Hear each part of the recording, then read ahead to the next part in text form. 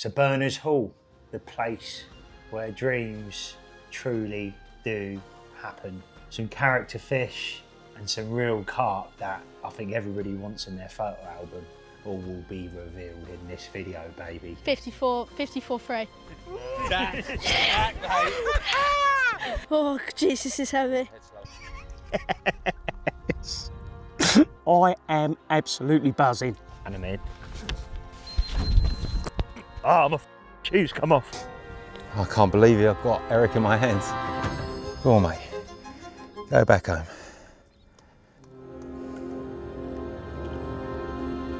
That, mate, I've wanted that fish so badly.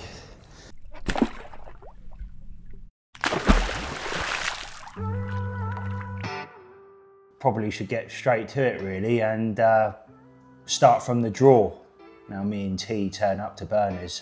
Got there, turn up to Berners, and first thing you always do is do a lap or two, have a little look, see where the fish are. And it was quite apparent that we're in that main bowl, sort of in the middle of the tile wall slash sort of 16, 17, also peg 1 slash peg 2's water, that main body off the island. Every time I've been on there, on the Greg socials, if you like, I've come out 11th in the draw, 12th in the draw, and I think it's 15th in the draw. I've always had a diabolical draw. So almost I was due a good one. I needed a good one. And luckily enough, I come out third. Turning up for the draw is obviously never a pleasant experience. Thankfully, with the Berners Syndicate, you know, there's only 15 of us. If you come out last in the draw, you've still got, you know, a good 10 pegs. You're always, you know, hoping obviously to come out, you know, first, second, third or whatever, but, you know, certainly in the draws that we've done so far, you know, we haven't done very well since we set up the syndicate. So it's always been a bit of a worry. So Zach wasn't actually with me for the draw. He was still at home. I was going to follow on about an hour later. I asked Rob Chandler after he pulled to pull the ball out for Zach. And he pulled out second. Absolutely made up, had a really good chance of getting into one of the flyer pegs. And the guy that came out first was Paul Howard. He went into 16. Sorry, Paul actually went into 15, not 16. Zach and I went into 17 and 16. And just knew that we had a good chance of catching some fish if we managed to get into our favourite peg. Fishing at range at around about 29 wraps. Best draw that we'd had so far on the syndicate, and yeah, knew we were in with a good chance of catching some fish. When I first saw the swim, 16 and 17, I felt really confident because we normally had quite a few fish when we fished there. Eric comes out a lot in 17 because Ben's obviously had Eric there. Greg went for 16 and 17, and obviously then I was third. It was like Christmas came early, and I've got an opportunity to have a proper play at Berners. Peg 21, mate, right in the middle of the tile wall. It's got that extended bit of wraps. I think it's 26 wraps or something, but it's got a little bit more distance than any other peg, particularly on the tile wall. Therefore, you can fish sort of that little bit further and get that little bit closer to the fish, because that's where they were. They were in that middle bowl. What I also had at the back of my head is them fish are going to be in that weed, so I need to be that, hence why I picked 21. So without further ado, I went straight up to the peg, set the gear up, sort of slowly took my time.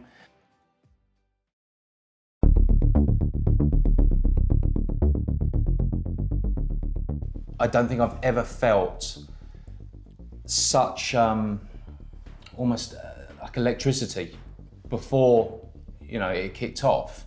It felt really good. The weather felt good. We saw fish on the spot, fishing in a peg that we knew well. And consequently, I felt pretty confident. Yeah, so I felt very confident. We obviously fish 17 quite a bit. So we definitely know all the spots, all the best spots to fish, and yeah. Obviously, I'm surrounded by, you know, very good anglers. You know, I think I had Jack Stone opposite me, I had T opposite me. To my left, I had, you know, Ben, and then Toby obviously next to him. You know, surrounded by some very good anglers. So you've got some competition on the spot. I tend to rest my swim, for let's call it rest my swim. Probably more likely a little bit unorganised, but that's just how I fish. And I knew that there was a lot of weed in the lake. Upon arrival, we could see that the water was really down. Probably the most I've seen it in fishing there for the last few years. So consequently, there was a reasonable amount of weed on the surface. So we knew that was going to be a challenge.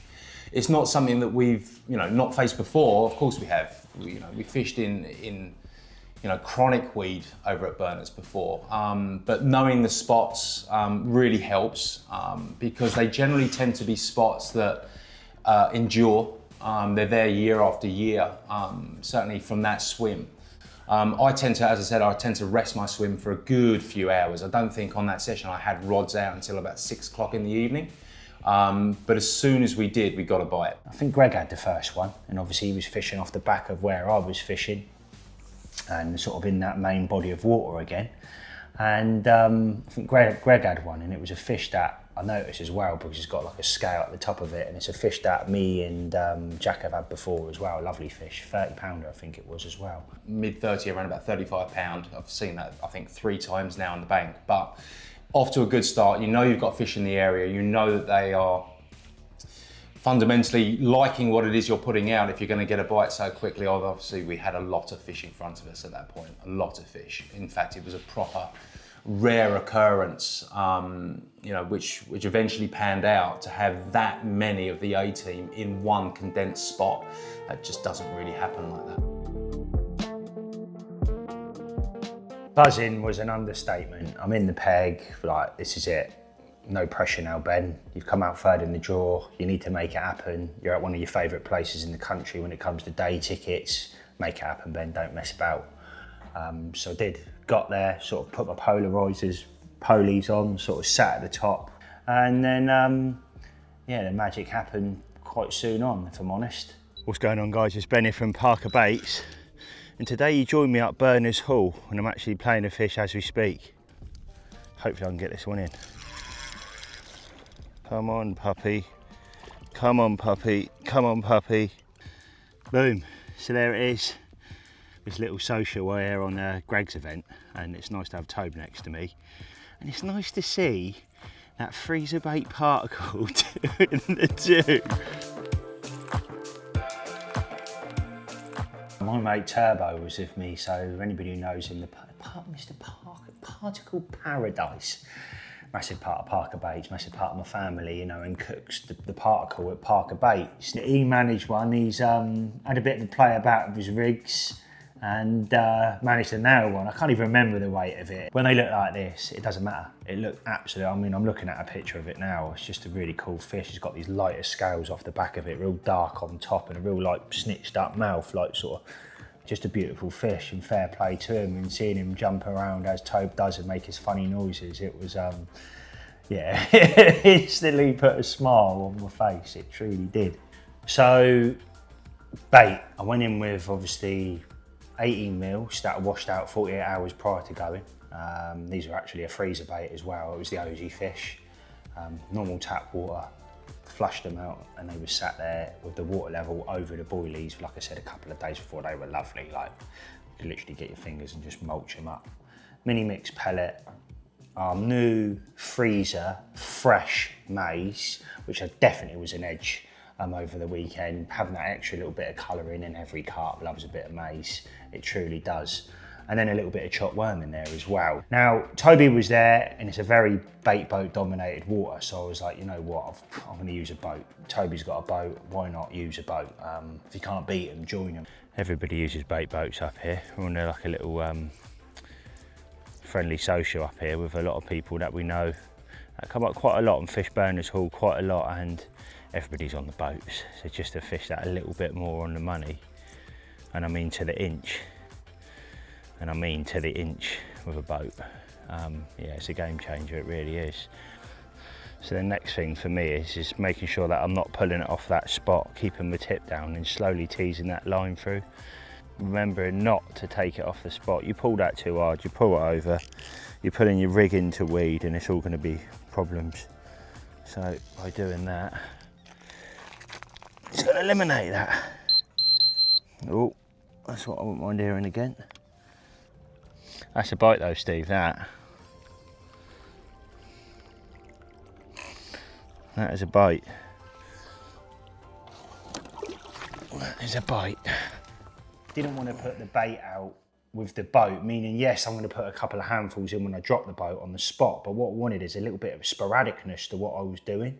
So I was still spomming and putting bait out with the spom, and that I was using a large one, but I was getting this mix, making it fresh, being that the chopped worms in there, making, you know, a little pinch of that, because you can't have that festering on the bank. So I was getting like 5 or 6 handfuls of 18 mils, a couple of handfuls of mulched 18 mils, 2 handfuls of, say, the maize for that extra fleck of colour, mini mix pellet, and then, like I said, putting that worm in. Letting it fester for 5 minutes tops so it all pulls out and all the aminos are coming out of the worms, and that's what I was spomming over the top, and I wanted to get that as quick as I could. But I didn't want to fish too tight, so if you were to say sort of around a bivvy and a half size by a bivvy and a half, I wanted the fish to move. I didn't want to locate the bait too refined in the middle. I wanted it so the fish were lifting their heads up, moving around, picking up an 18 mil, picking up some mulch, picking up some colour, picking up a little bit of worm. They're moving around, they're being proactive, the fish are feeding. And I also feel that's what catches out the fish. And my rod went. Steve's like been here not long at all, and I've got another run. Nossa number 4. And that absolutely screamed off. My alarm was absolutely melting. And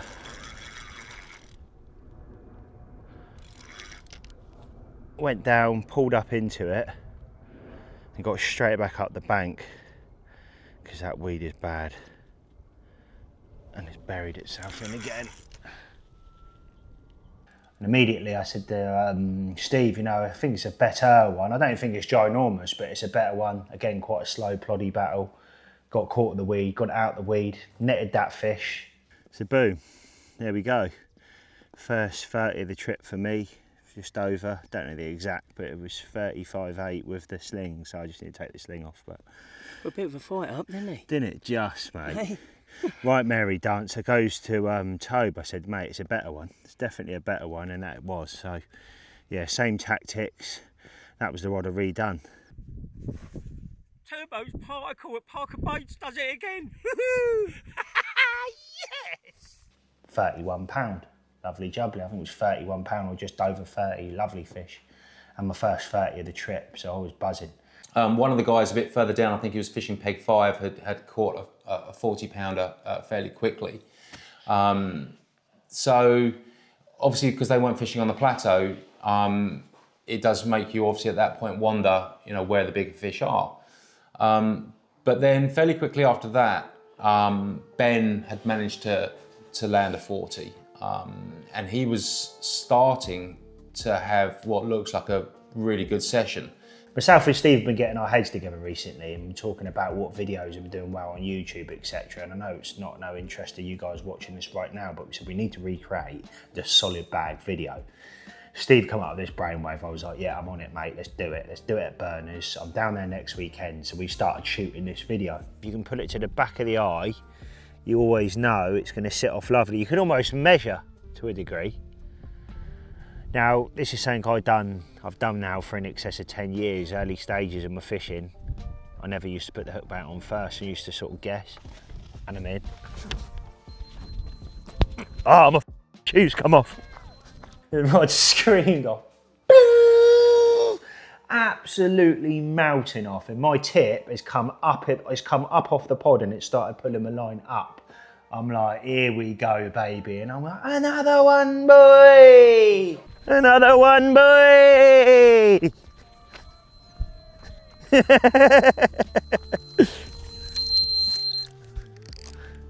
Prime example, this is why the bags are so good. Now,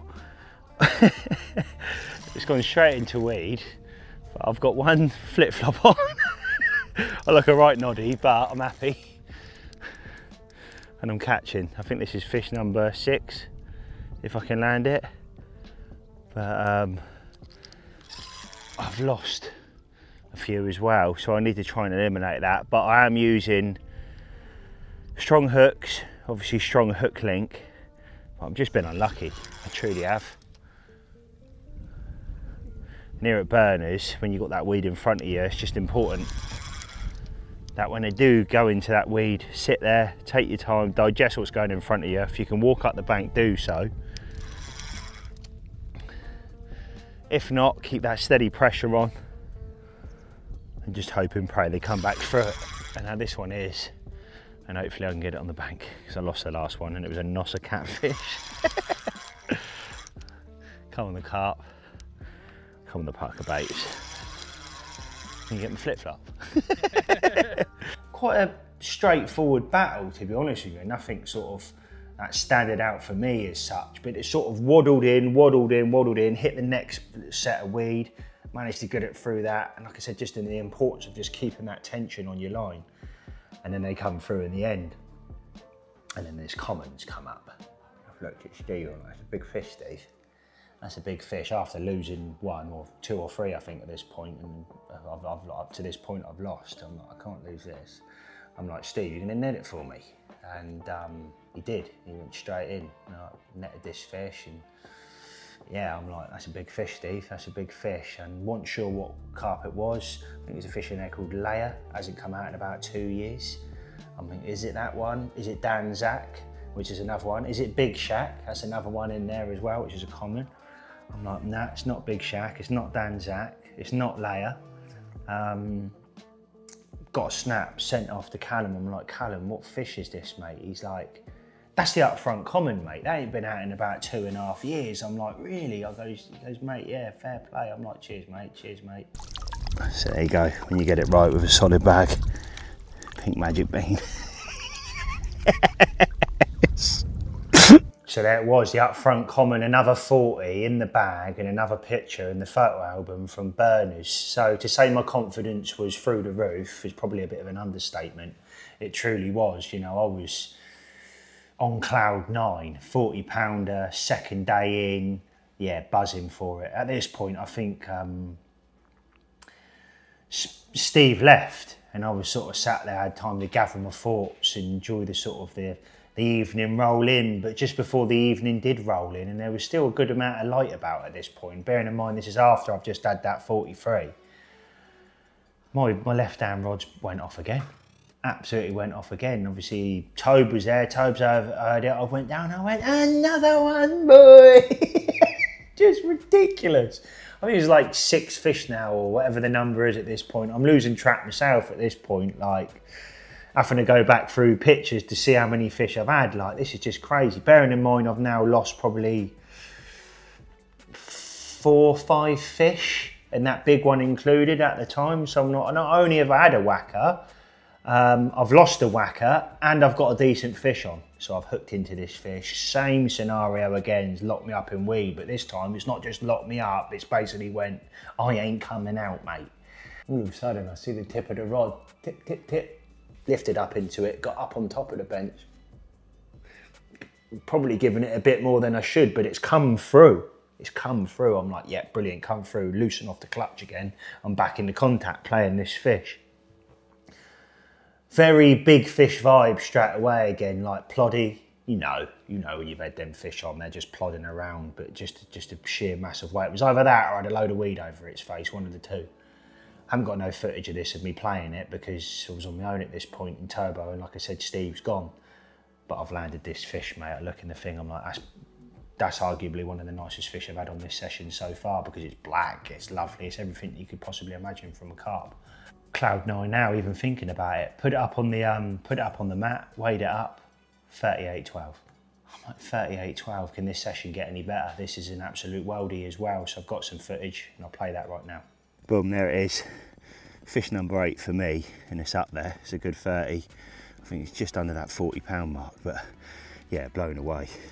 Locked me up in weed, but obviously just kept that steady pressure on, and in the end it slowly come out, so yeah, happy blooming days.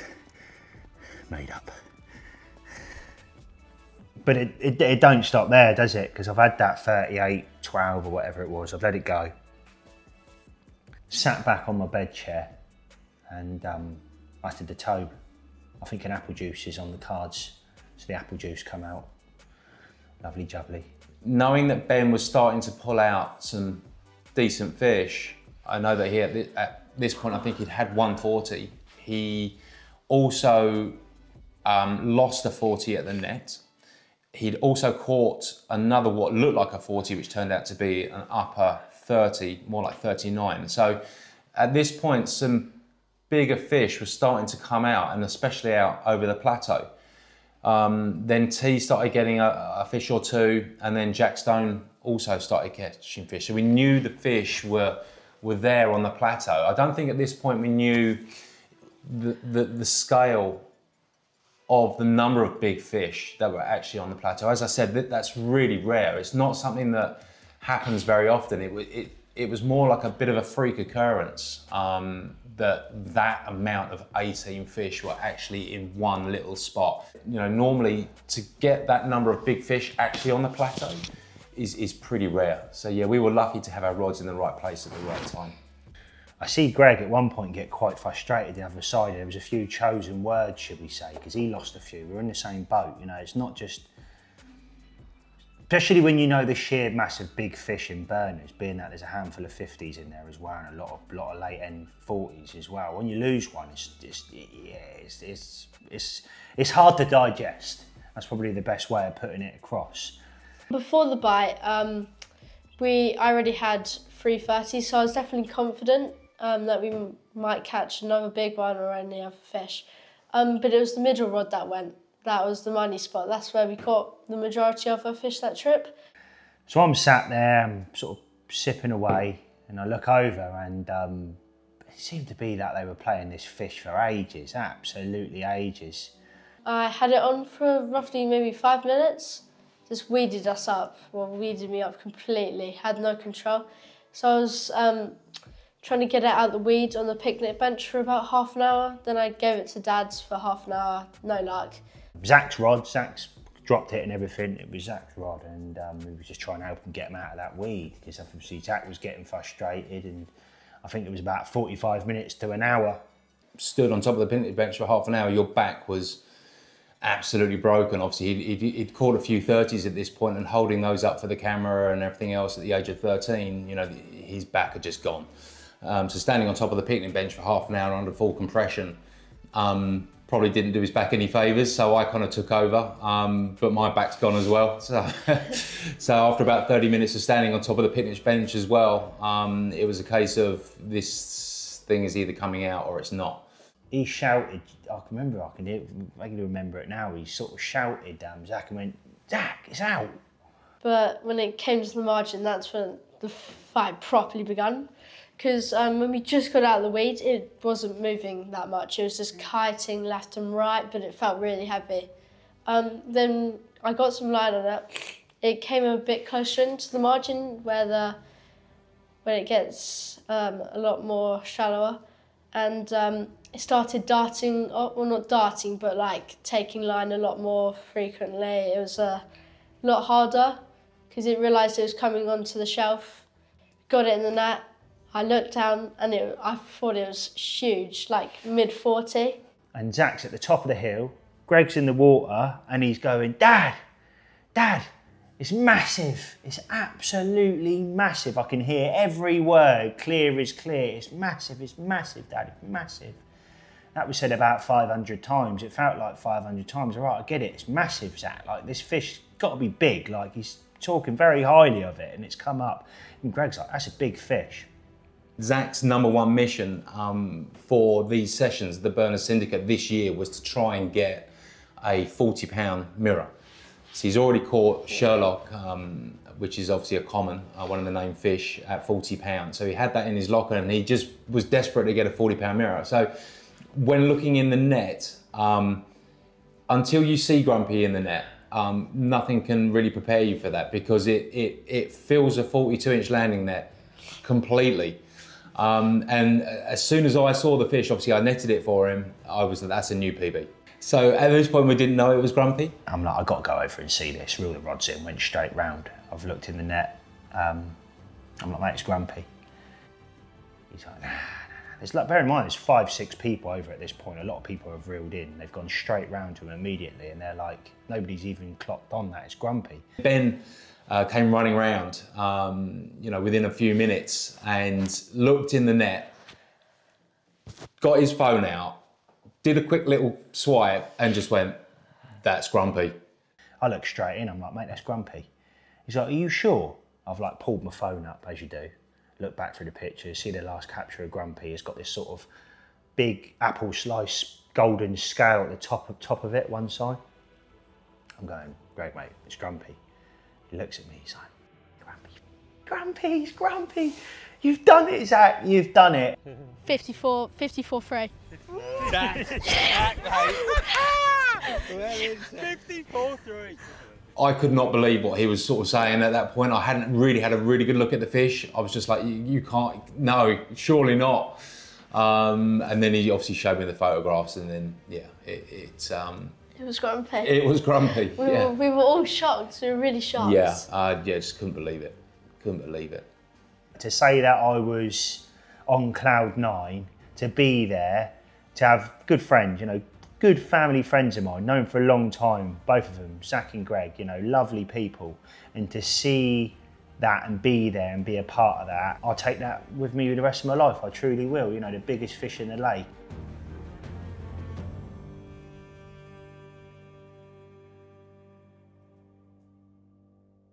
Grumpy went away strong. Jack had a little swim. Everybody had a little bit of a moment, and there was definitely some tears in Greg's eyes, to say the least. It was just, yeah, lovely. Because, yeah, what a magical, magical, magical moment it truly was. Grumpy, 54 pound, 5 ounces. Unbelievable. Definitely not competitive. We work as a team and we share the fish, so there's no jealousy and stuff like that as well. No, none whatsoever. So, as Zach said, we fish as a team. We bait together, we prepare bait together, we make solid bags together, and we share 6 rods normally. Obviously, whoever's rod goes off first is the person that takes the first fish, but then if Zach's rod goes off again, I'll have it. And we'll just literally swap from there. And that means that, you know, at the end of the session, we invariably end up with roughly the same amount of fish. Obviously, Zach catching what he did this time, he said to me, you can have the next 4 fish. So I ended up with a few more fish than him on this session. But obviously he went on his holly bubbles after he caught grumpy. But yeah, we fish as a team. As I said, we prepare bait and everything together. We fish all the rods exactly the same. So as long as he is obviously highly involved in that process, then I have no issues with sharing rods. And you know, there's definitely no jealousy between us. You know, the fact that he's caught grumpy is, for me, being his dad, as good as me catching it myself. Right, before we go any further in the video, I've got to touch on some of the fish that have obviously come out to point around the pond. Now, I'm not going to be able to touch on every single one of them, but some standout ones for me. I think at this point, T's on about 3. He's had a 30 pounder. They don't call him Mr. 30 for nothing. His new name's Mr. 40 because he seems to just catch 40 pounders, but this time he come out late in the draw, so on his defence, you can only do so much with what's in front of you. Jack Stone's got involved. You can always rely on Jack Stone. Not only is he a whiz kid with a camera, he's very good at his angling as well and always seems to make it happen. And a gentleman who's had loads of bangers out of there. Now, I think it's James as well. Now, James actually managed one on here. Now, I'm reading through the chat, 44.13, which at the time we had 300 quid between us. I think we put 20 quid in each on the biggest fish. And at the time he was winning that, 44 pound 13, and again, some absolute bangers. I'll put these up on the screen now. Unbelievable, unbelievable fish. Greg, again, a 36.10 here, a 37.4 for Zach. I caught a 37 pound common that we don't know if it was a name fish or what, but it was a really nice fish. And had a double back, a bit like Danzak. Yeah. Like a, yeah, it's obviously a Simo, just double back Simo with a split tail. And in fact, one of our members, or actually a friend of a member who'd come a few months back had actually caught it around about 36 pounds and then instantly recognised the split tail.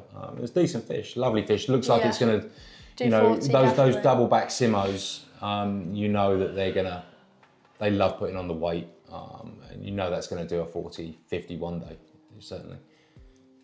But now it was Turbo's turn.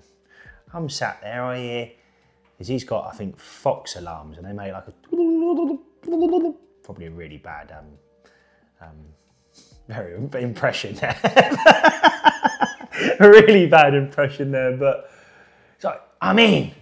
And I'm like, got any beans, Toby? And he'd be thinking, where the hell are you going with this? He's got a fascination with beans. He's going to hate me for this, but he loves beans. When he goes on holiday, right? He goes to holiday to Barbados every year. You know what he brings with him? He brings cans of beans with him. So every time I see him now on the bank, I'm like, got any beans, Toby? Got any beans in there, Toby? Had beans for breakfast, Toby? I go to him. And I laugh at myself. But anyway, he's gone down and going, oh, the bean boy is into a fish. I'm going to him and he's playing this fish. I'm in, he's going, I'm in. It feels a good one. I'm going, it looks a good one as well, because at this point, I'm up in the water and I'm looking down. And I'm seeing him play this fish. I went down and give him a hand. I think his PB at the time was a fish called Penny. Another fish that actually I've had as well, which is a local water to us. And a lake dearly close to my heart. I used to fish with my granddad as a kid, got there tench fishing. It had this fish in there called Penny, and there's a couple of other commons in there. Toby used to fish it as well. He's had the big one out of there a couple of times. This fish has been his PB for a long period of time, so it would have been really nice for him to beat his PB, and this fish has come up. I'm like, mate, it's a mid-30.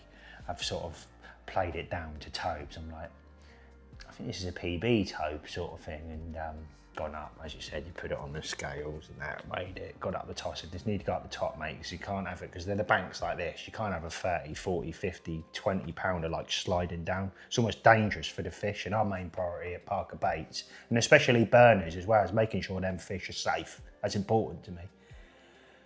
So I said, you know, we'll get it, put it up, get the waders on and work it carefully up to the top, and that's what we've done. You know, to see him speechless was, again, I know I've said it already in this video, but something I'll take away from me for the rest of my life. And I'm just glad I was with Turbo, you know, seeing him happy, seeing him with a whacker. Can't get any words out. Normally he's a man who's got an answer for everything. Very similar to Ian, just a bit more savvier.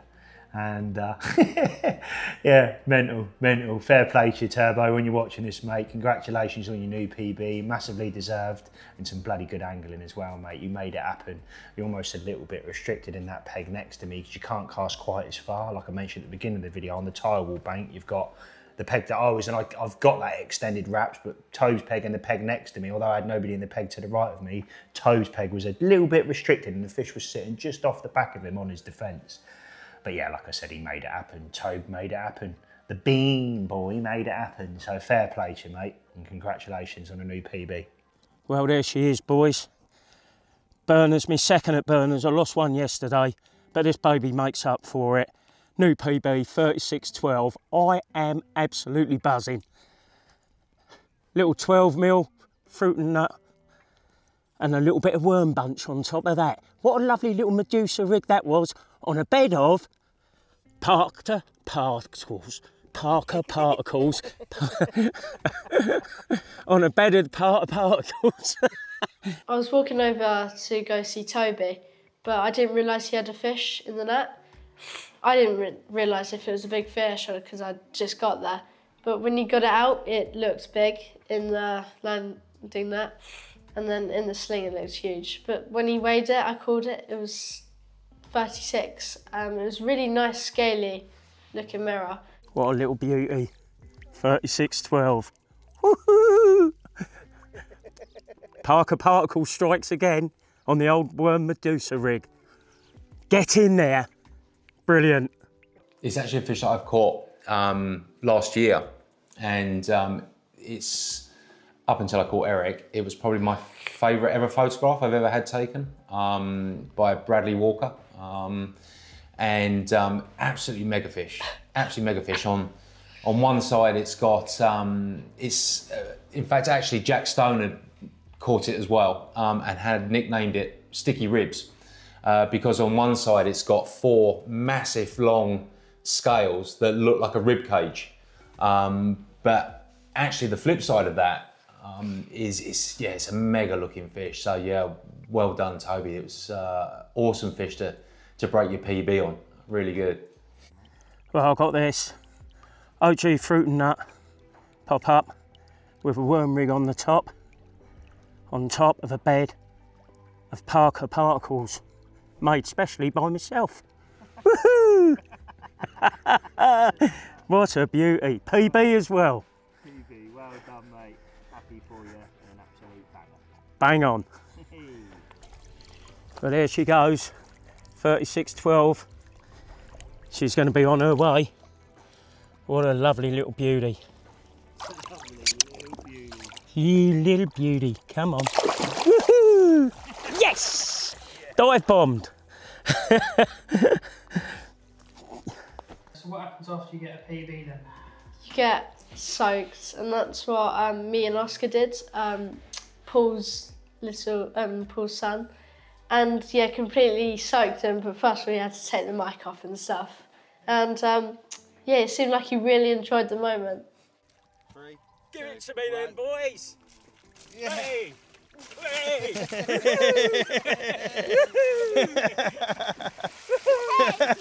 Love that. Everyone's sharing the joy. Oh, lovely. I'm Popeye the Sailor Man. So after Turbo being Turbo, on cloud 9, thinking he's, I think he says Captain Pugwash or Popeye the Sailor Man or something like that. He's been bucketed by the nippers, and I think he quite enjoyed that, to be honest with you. Again, he's then like, mate, I need to get them rods back out and go back to my bivvy, and he's took his time and he got his rods back out. Obviously being next to Turbo, my rods were still out at that point, so could I go over, help him, get the fish out, deal with the fish, get it back safely, get the pictures, get the video, so on and so on. So I just went back and carried on sipping my apple juice, and it didn't take long. It didn't take long. Like I said, there was quite a lot of light at this time of day still. It wasn't getting dark till like 9 o'clock or 8:30, that sort of time. And I've managed another one. Again, very clean battle, weeded me up for a little bit, carefully kept that tension on, got it through, bang. 37.7 or something like that, or 37.8 or something like that. Another fish nearly knocking that 40-pound barrier. So boom, there it is, 37.8, and fish number 10 for me. Yeah, absolutely blown away with this session. Berners Hall really is the place to be, and it's doing a big fish at the moment. So yeah, hopefully a few more, but I think another 40s could be on the cards. How nice would that be? Yes. I'm like, this is just getting ridiculous. The stamp of fish in Berners, one is crazy, but then I've had, what's that, 1, 2, 3 30s at this point, and a 40, and numerous backups, and I think to this point I've now lost 7 fish. 7 fish. I'm like, and again, one of them being a whacker. But the next morning came, got the rods out in the morning, and it was like 8:30, 9 o'clock, something like that. I thought, you know, I've had a field day here. I'm not worried about no more fish. Probably should have fished through the night, but I couldn't fish through the night because, like I've just mentioned, so I probably would have had a few through the night, and well, definitely would have had a few through the night because I know the fish are on me, but when you're ill, you're ill. 8:30, 9 o'clock, rod screams off. I'm like, you couldn't write this. This is happening the same. It's almost happening in the morning, every morning, that same morning period, the rod seems to go. Hooked up into it, quite a long battle, playing it for 10 minutes, and then about, it's probably the quarter of the way out, nearly in, I've then had a hook pull. I'm like, you are joking me, you are joking me, this is ridiculous. When I first started fishing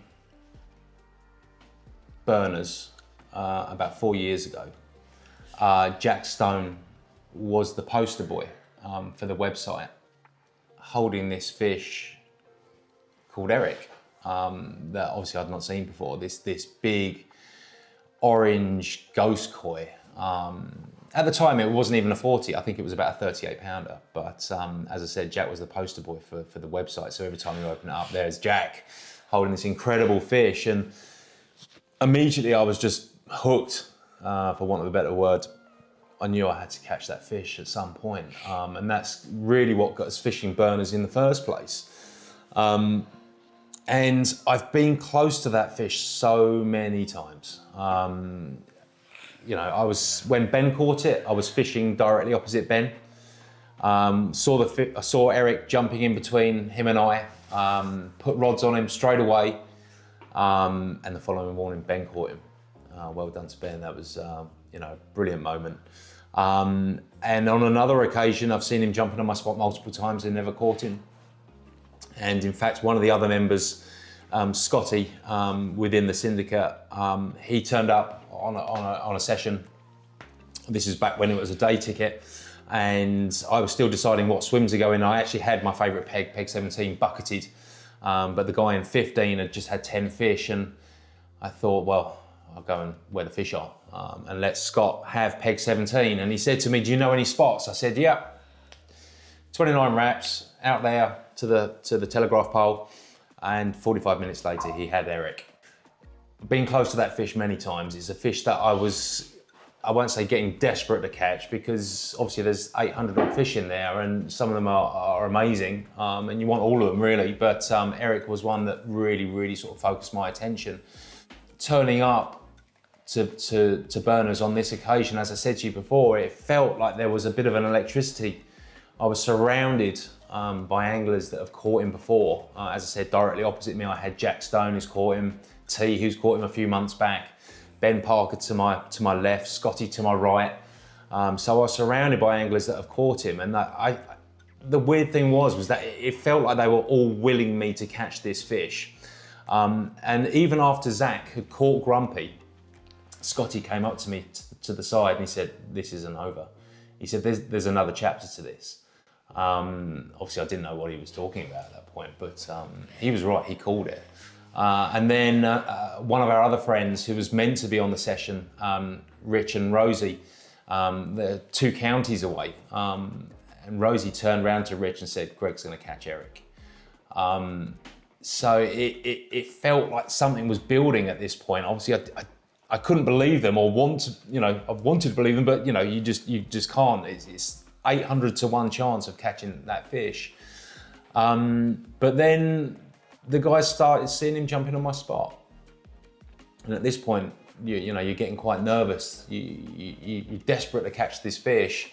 And you just hope that you've got something out there that he's gonna like. And I mentioned to you before, I have a bunch of crystals in my pocket, and one of them is an orange one.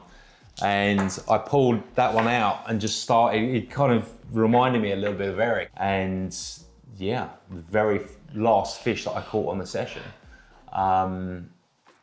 turned out to be Eric. You know, absolutely blown away. The stars completely aligned, and it felt like it was almost meant to happen. The fight wasn't particularly long or strong. I didn't really give him much of a chance. I had basically been watching Ben whenever he caught a fish or whenever he hooked a fish, immediately, rather than pumping and winding, immediately just grabbing the rod and walking straight up the bank, getting as high a vantage point as he possibly could, because we were losing a reasonable amount of fish. Obviously I didn't know it was Eric at this point. So it was a case of if you were pumping and winding, you were just giving that momentary pause, which was enough for the fish to turn and bury itself in the weed. So consequently, Ben was, you know, getting a battle curve onto the fish, obviously not flat rodding it, getting a decent battle curve onto the fish, and then walking up as high as he could on the bank. So I was trying to replicate that. So when I hooked into him, that's exactly what I did. I just got some battle curve onto him, got the rod tip nice and high, and just walked back straight up to the top of the bank. I didn't really give him much of a chance to get buried in the weed. And it wasn't until he got to, similar to Zach's fish with Grumpy, it wasn't until he got close to the margin and realised he was being pulled into shallower water That's when he really kicked off and gave us probably another sort of 10 minutes just under the rod tips. But eventually managed to get him into the net. I did not know what fish it was at this point. Rob Chandler, one of the other members, was standing in front of me, netting the fish. He knew full well what it was. He didn't want to tell me. But as soon as it went into the net, he just said, "You've caught a ghostie." I was like, well, I've caught a few ghosties before, you know, commons that are just, you know, plain white commons. So I was thinking, is it one of those? And then I literally peered over his shoulder and I saw that black eye. As soon as I saw that black eye, I knew what it was I had. And the scream I let out was they probably heard me in Braintree. Yeah, just screamed Eric. I hear, "Eric's across the lake," and I'm like, no way. There's no way he's done that. I didn't see him fight the fish because I was all the way over there on Tie Bank talking to Ben. But when I heard that scream, Eric rushed right over. And then, yeah, everyone else just gave out a bit of a holler. It was just one of those moments that I will take to my grave. 4 years of waiting, 4 years of being close to that fish, and you know, finally seeing it in my landing net was, as I said, it's something that I'll take to my grave. Eric's in the net over there, and I've just landed another one. Right, so there it is, £40 on the nose, a fish called KP, and the last one to round it off. Me and Tobe had the joke. I said, "Nah, that will do." He said, "Oh, just flick the rod back out." I said, "Oh, I don't know, mate." He goes, "No, flick the rod back out." So I did. I sharpened the hook, flicked it back out, and a £40 mirror. Get up there. Come on, burners, and what a trip it's been. Yeah, fish number 11. I think I've lost about 8. Yeah, blown away. And the Parker Baits does it again. Get up there. Be rude if I didn't show you the other side. But yeah, what a mega fish. Thank you very much, burners. So boom, there it is, the KP mirror. Let's get this one back. Lovely.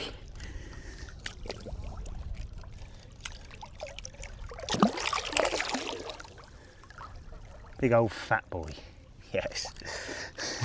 So like I mentioned, Steve was back at this point, so it was perfect. So not only could I get some banging pictures, we got some nice water shots, released the footage. You got just cool it was, really nice moment.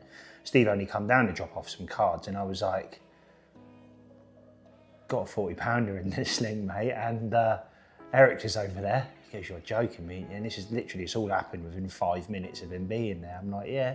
I said, "Mate, you've turned up at a perfect time." I said, "I think we should go round and see an old friend."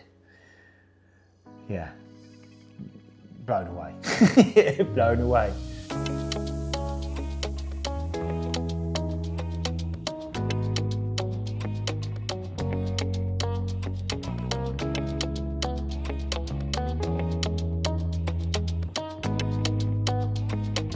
Oh mate, look at that. What a weapon, mate. Well, you waited a long time for this moment, mate. Yeah, mate. 4 years. 4 years. 4 years fishing, at least once a month down here. And it's taken that long, but it's been worth every second. Hasn't it just? Worth every second. You don't get any better than catching your #1 target, do you? Eric's ghosty, mate, and what a mega one. Yeah, I'm blown away for you, mate, and so happy. Well done. Get in. Get in. Eric is for me personally is a special person. Like, I know that, you know, people obviously sort of say, you know, when you catch a ghostie, oh, it's not everyone's cup of tea. Well, it's my cup of tea. So to actually fish for one and to catch it, yeah, was really, really special moment for me. It's as I said, it took me 4 years of hunting that fish. And I think if I'd have caught that fish straight away when I first started catching, when I first started fishing burners, it would have meant obviously a lot. But to wait 4 years for something just makes that high, I think, that much higher. To set a target and then to complete it 4 years later, yeah, it's a magic feeling, To see Dad catch such a beautiful fish is really nice, but I was in shock because I've caught Grumpy, how many 30s we've caught, and then Eric to top it off is just insane. And as I don't know if I mentioned before, but Zach has actually had that photograph of Jack holding Eric on his bedroom wall. We had it blown up from the Burners website, and had a big sort of poster made. And he's actually had that photo on his wall for the last few years, just to kind of remind us, what our target was.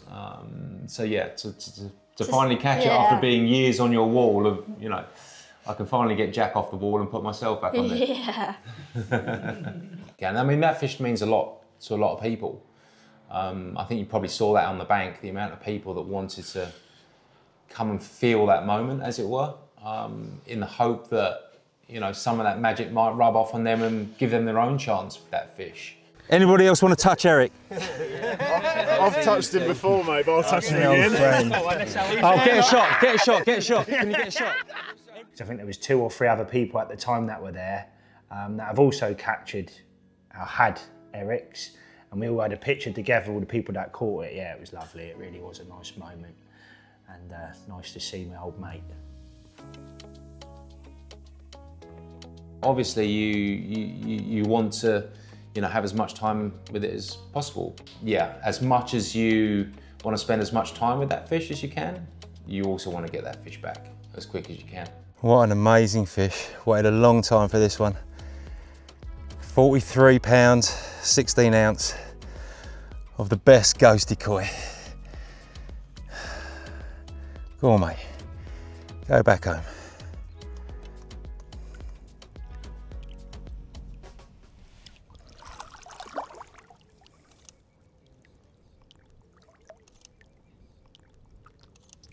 Yes, get in.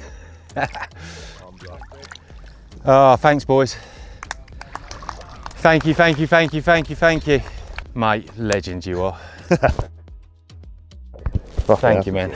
Ever since I saw the photograph of you holding that, mate, I've wanted that fish so badly.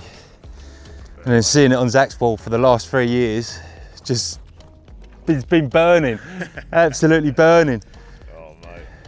And now I've had it. So we had the last rod in because we were dealing with Eric, and it just ripped off randomly. We thought it wiped out because Eric went through it. Obviously didn't.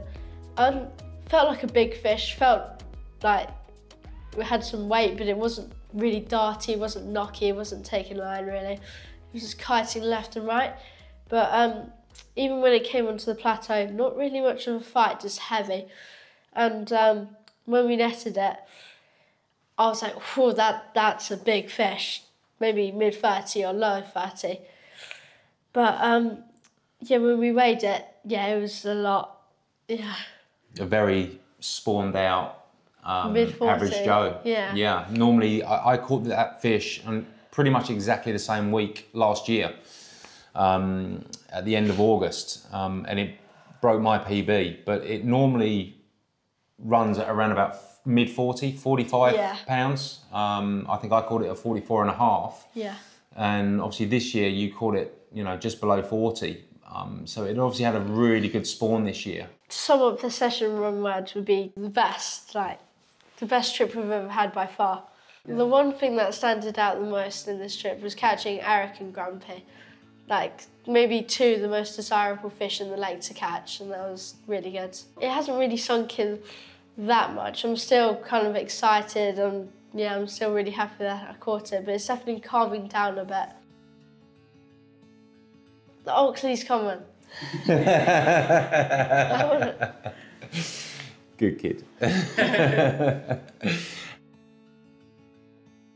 If you're someone on my age and you want to get into fishing, you definitely need to work on patience, because it might take ages to catch a fish, but when you do catch a fish, you'll be instantly hooked on the sport because it's really great fun. So yes, I have obviously ticked off my #1 target, but that doesn't mean that there aren't still loads of amazing fish to go for in Burners.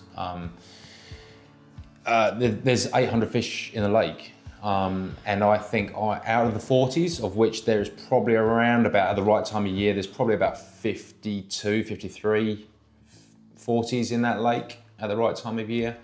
I think I've caught 5 of them. I've still got, you know, loads of those 40s to go for. And not just loads of 40s, but some of those are really desirable 40s. Some obviously of the A-team. Fish that I'm particularly after is Leia. Last came out at 48 pound as a common. Hasn't been caught in 2 years. So there's every chance that could be a 50 pound common by now. Grumpy, obviously I'd love to catch Grumpy myself. Love to catch Eric as well. Yeah, and Zach would love to catch Eric. So we are a long way from being done at Berners. Yeah. I foresee myself, and I know that we've got the syndicate going for next year as well. We've got another 7 dates booked, and I'll treat those with as much excitement as I have done in the past. There's still so many great fish to be going for, and then obviously mixed in with some angling on a couple of other lakes. You know, will make up the bulk of my fishing obviously over the next couple of years, but we won't be leaving Berners, you know, anytime soon. Still too much unfinished business there.